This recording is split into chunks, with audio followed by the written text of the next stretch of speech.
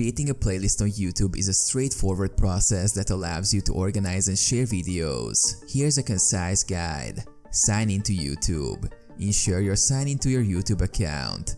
Navigate to your channel. Click on your profile picture in the top right corner and select your channel. Access YouTube Studio. Click the YouTube Studio button, which is typically located at the top right of your channel page.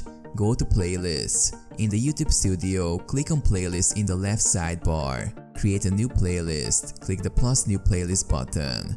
Name your playlist. Give your playlist a descriptive name. You can also add a description and customize the privacy settings. Add videos. Click the Add Videos button to start populating your playlist. You can search for and select videos from your own uploads or from across YouTube. Simply click Add next to the videos you want to include. Organize and rearrange. Use the drag and drop feature to rearrange videos within the playlist. You can also add a custom thumbnail for the playlist. Save and publish. Click Save to save your playlist. If you want it to be visible to others, set the privacy option to public. Otherwise, choose unlisted or private. Share your playlist. Once your playlist is ready, click on it and open it. Copy the URL from the browser's address bar and share it with others.